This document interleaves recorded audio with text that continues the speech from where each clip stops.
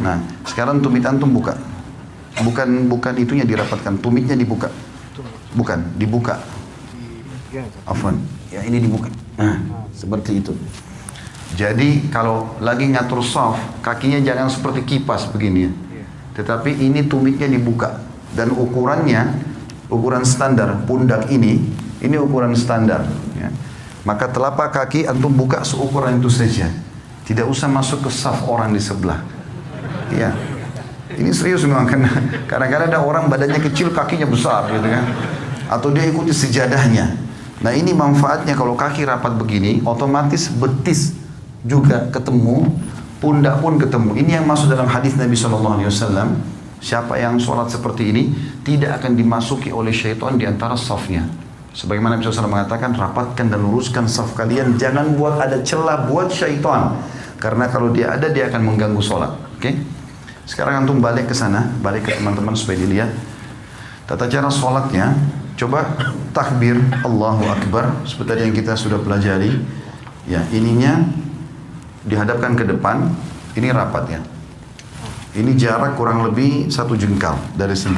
Tidak usah dikakukan tangannya. Coba, ya, ininya juga sejajar sama ini atau sejajar sama kuping. Ini nggak usah ikut pundaknya, tangannya aja.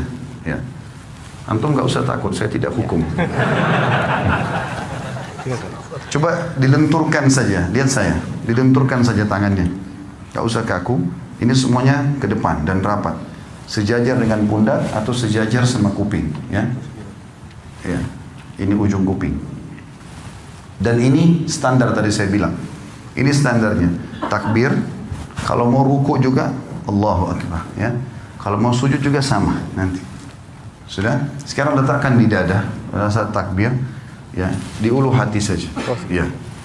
Ini cara yang pertama adalah punggung kanan ketemu sama punggung kiri. Kemudian cara yang kedua, pergelangan kanan memegang pergelangan kiri, digenggam. Genggam begini. Ya, seperti ini betul. Ini digenggam. Ini cara yang kedua. Ini biasa saja, antum biasa saja. Ini pundak jangan ikut ya. Jadi tangan kita saja. Pundak tetap biasa. Allahu Akbar seperti ini. Atau Allahu Akbar ini lebih jauh sedikit. Ya. Ya, pundak tidak usah ikut. Ini saja. Baik, sekarang ruku coba. Afwan, tinggal butuh 1 orang. Jazakumullah khair. Yang duanya sudah, supaya agak lenggang. Antum balik ke sebelah sana sekarang. Coba ruku. Sekarang ruku. Allahu Akbar, tidak dari awal. Dari antum seperti normal lagi sholat. Tangannya di sana. Antum takbir. Allahu Akbar, mata ke tempat sujud. Ya, ini digenggam lututnya. Ini masih melengkung. Ya. Baik. Ini caranya. Antum turun. Dadanya dinaikin. Kepalanya lurus ke depan, kepala lurus lagi, ya, ya seperti ini. Sekarang ini dipertahankan ya. Oke, coba lihat saya. Kalau saya sebentar Afwan, kalau miring dibilangin ya. Kalau saya di rumah saya praktikin pakai cermin, lalu saya praktikin ruku itu. Allahu Akbar, ini saya genggam, kemudian ini saya tahan begini. Rata nggak? Ya seperti ini. Ini terasa paha di belakang ketarik, ya. Kepala juga ke depan. Ini disunnahkan Nabi SAW. Kalau antum pakai cara seperti ini, mau sejam pun rukuknya nggak masalah. Jangan turun, jangan juga naik begini. Ya. Seperti ini dan perhatikan siku ini jauh dari tulang rusuk, ya. Dan ini ditekan, ini kita tekan ke dalam. Saya sekarang tekan ke dalam dan paha saya ketarik. Coba, fadhal. Ya, rukuk Allahu Akbar. Ya, ini sudah mulai. Tinggal Afwan, kepala antum, tidak usah lihat ke beliau. Dagunya turun lagi, ya, gitu. Oke, ini masih naik lagi, jangan naik. Nah, gitu. Nggak usah lihat orang, lihat tempat sujud. Oke, baik. Kurang lebih seperti itu ya. Nah, cara praktikin ini penting karena Nabi SAW ruku seperti ini. Dan beliau dikatakan kalau taruh bejana tidak tumpah, ya. Sama dengan kalau bangun juga begitu dari ruku. Kembali ke awal. Begitu bangun dari ruku, Allahu Akbar, kita bangun, Sami Allahu liman hamidah. Mata jangan kemana-mana, tetap bersujud. Ini tadi bisa 2 cara, bisa seperti ini, atau diletakkan di sini ya. Ada yang belum kita pelajari tentang masalah sujud, tapi saya akan praktekin sekarang. Sudah, jazakallah khair. Kalau mau ikut sama anak sebentar bisa. Sujud ini ada dua cara. Bisa turun lutut dulu, baru telapak tangan, atau telapak tangan dulu baru lutut. Dua-duanya bisa. Karena itu khilaf di antara ulama. Ibnu Qayyim rahimahullah memasukkan antara salah satunya boleh. Tergantung keadaan ya. Cuma yang perlu diperhatikan, kata Nabi SAW, aku diperintahkan sujud dengan 7 anggota tubuh. 7 anggota tubuh. Satu itu dahi sama hidung. Maaf, biar hidung antum merasa pesek, tetap harus kena tempat sujud. Tidak boleh kepalanya begitu, ya, sehingga hidungnya nggak kena. Ini satu paket. Kalau nggak sah ini. Ini satu paket. Satu, kemudian 2, 3. Jadi ini sudah 2 telapak tangan sama dahi ini, berarti 3. Lutut 2, berarti 5. 2 telapak kaki, 7. 7 anggota tubuh ini. Nah, caranya adalah Nabi SAW, kata Ibnu Mas'ud, kami dilarang oleh Nabi SAW untuk sujud seperti anjing sedang duduk. Perhatikan kalau anjing duduk, sikunya kesentuh tanah kan? Antum tidak boleh sentuh tanah. Tulang ini, siku nggak boleh kena ke tulang rusuk, ya. Dan usahakan ada jarak antara perut kita, paha sama siku ini. Kira-kira jarak di mana antum bisa merasa nyaman bernafas. Karena pada saat sujud kita butuh sirkulasi udara supaya bisa lama. Saya coba praktikin, anggap saja ini cuma contoh kalau kiblat ke sana. Sami Allahu liman hamidah, maka pada saat turun bisa 2 cara. Cara yang pertama adalah kita turun biasa saja, meletakkan lutut di sini, kemudian mengambil jarak kurang lebih 1 siku ini ya. Di sini 1 siku ini jaraknya, baru meletakkan tangan di sini. Tangan itu seperti ini ya kondisinya, seperti tadi orang takbir, Allahu Akbar, lalu letakkan kepala. Yang perlu diperhatikan adalah telapak kaki juga harus rapat. Saya menghadap kiblat sekarang. Pada saat turun ini, kemudian letakkan jarak seperti ini, baru Allahu Akbar. Jangan begini ya, terlalu dekat sehingga tidak bisa bernafas, atau ada juga orang terlalu jauh. Tapi anjuran ulama adalah 1 siku dari lutut kita, kurang lebih jaraknya begini, ini kita letakkan telapak tangan di sini dan rapat semuanya seperti ini. Ya. Atau cara yang kedua itu adalah telapak tangan dulu yang turun. Telapak tangan dulu yang turun, maka tata caranya tidak boleh seperti unta duduk. Tidak boleh seperti unta duduk. Saya akan kasih contoh. Walaupun saya bukan unta. Maka cara untuk, kalau tadi kan lutut dulu sederhana cuma turun begini ya. Sekarang kalau mau telapak tangan dulu, maka caranya adalah turunkan badan dulu seperti mau turun lutut tadi. Misalnya sudah dekat, baru kemudian letakkan telapak tangan ke depan. Seperti ini. Ya. Yang dilarang itu seperti unta itu kalau orang turun begini. Nah, begitu juga nih pada saat berdiri.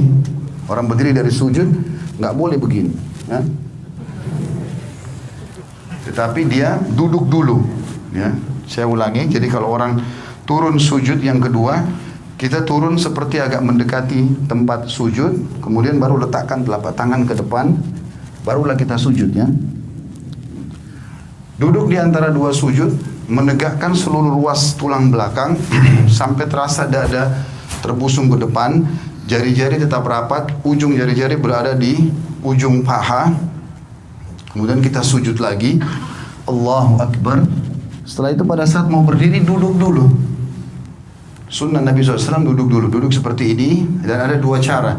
Cara yang pertama, menekan paha untuk berdiri ke atas, atau menggenggam telapak tangan, ditekan lantai untuk menopang tubuh ke atas. Jadi topang ini saja ke atas ya, seperti ini.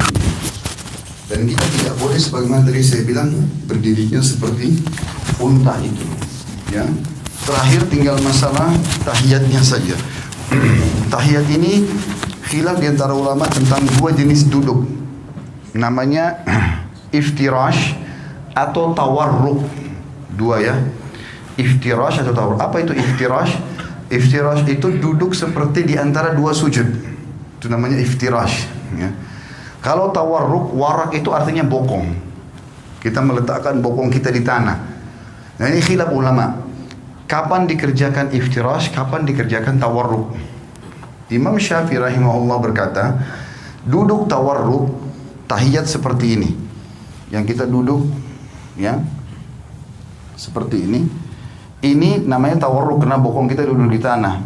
Ini kata Imam Syafi'i rahimahullah dikerjakan setiap kali mau salam, mau sholatnya 1 rakaat saja, mau 2 rakaat, seperti misalnya witir 1 rakaat, ya tetap aja antum duduknya pada saat tahiyat karena mau salam tawarruk, ya. 2 rakaat juga seperti sholat sunnatul fajr atau sholat subuh, sama tawarruk. Nanti lebih dari itu pun, misalnya rakaat maghrib 3 rakaat atau isya 4 rakaat, semuanya kalau mau salam tawarruk. Kalau jumhur ulama Imam Ahmad dan Imam Malik mengatakan tidak. Kalau sholat di bawah 3 rakaat, seperti witir 1 rakaat atau sholat sunnatul fajr 2 rakaat, walaupun mau salam duduknya iftirash, duduknya seperti ini. Tawarruk itu hanya dikerjakan duduk yang seperti ini, itu dalam pendapat jumhur ulama. Nanti kalau sudah lebih dari 2 rakaat, seperti rakaat ketiga maghrib, rakaat keempat isya, baru duduknya tawarruk.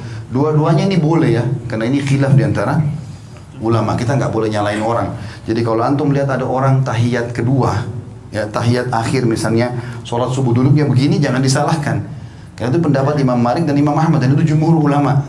Mereka mengatakan justru kalau lebih dari 2 rakaat, rakaat ketiga baru kemudian duduknya tawarruk, ya. Tapi Imam Syafi'i mengatakan tidak.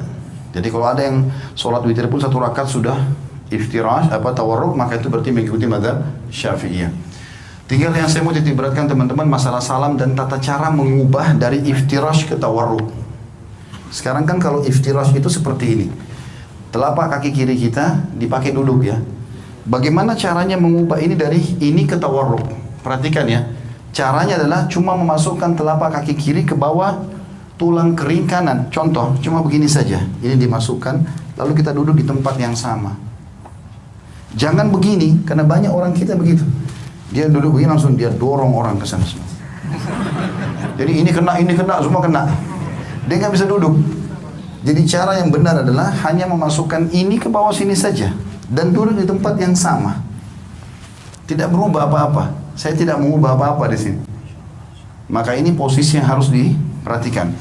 Begitu juga dengan masalah salam. Pada saat kita sudah selesai membaca tahiyat, tentu tahiyat sunnahnya ada yang mengatakan pada saat syahadat mengangkat jari, ada yang mengatakan juga nanti dari awal sudah at-tahiyat itu sudah mengangkat, ya. Dan hadis riwayat Tirmidzi khilaf di antara ulama tentang masalah itu, tentang hadis Nabi SAW bahwasanya gerakan jari di tasyahud lebih keras bagi iblis daripada cambukan besi. Ada yang menghasankan, ada yang melemahkan. Kalau saya termasuk yang berpegang pada menghasankan hadisnya, sehingga menggerakkan jari itu, menggetarkannya bagian daripada sunnah Nabi SAW. Intinya antum setelah baca tahiyat tinggal salam.